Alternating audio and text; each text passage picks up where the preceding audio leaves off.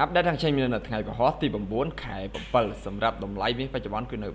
$4062ក្នុង1អោនអញ្ចឹងសម្រាប់ទីផ្សារមាសកាលពីផ្សារមិញគឺមានការធ្លាក់ចុះមករៀងច្រើនគួរសមរួចក៏ឡើងទៅលើវិញក៏រៀងច្រើនគួរសមដូចគ្នាអញ្ចឹងសម្រាប់ទិសដៅមាសនៅថ្ងៃពហុនេះគឺនៅតែបន្តចុះមកក្រោមទៀតអញ្ចឹងសម្រាប់តម្លៃបច្ចុប្បន្នជាតម្លៃមួយដែលបងប្អូនគួររងចាំបើសិនជាបងប្អូនចង់ទិញមាសនៅតម្លៃដែលល្អបងប្អូនអាចទិញបាននៅពេលដែលទីផ្សារចុះមករកតម្លៃ low កាលពីផ្សារវិញគឺនៅតម្លៃ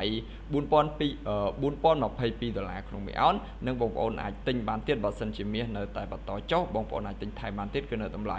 $3989ក្នុង1អោនហើយសម្រាប់តម្លៃលក់បងប្អូនអាចលក់បាននៅពេលដែលទីផ្សារឡើងទៅរកតម្លៃរៀងខ្ពស់បន្តិចគឺខ្ទង់តម្លៃ$4098ក្នុង1អោននិងតម្លៃខាងលើមួយទៀតគឺនៅតម្លៃ$4129ក្នុង1អោនអញ្ចឹងសម្រាប់បងប្អូនដែលចង់បើក account ទិញលក់មាសនៅ Blackwell ដែលមាន spread ទាបអត់មាន commission ហើយសម្រាប់ swap តិចបងប្អូនអាចទំនាក់ទំនងតាមលេខទូរស័ព្ទឬក៏ Telegram 016 87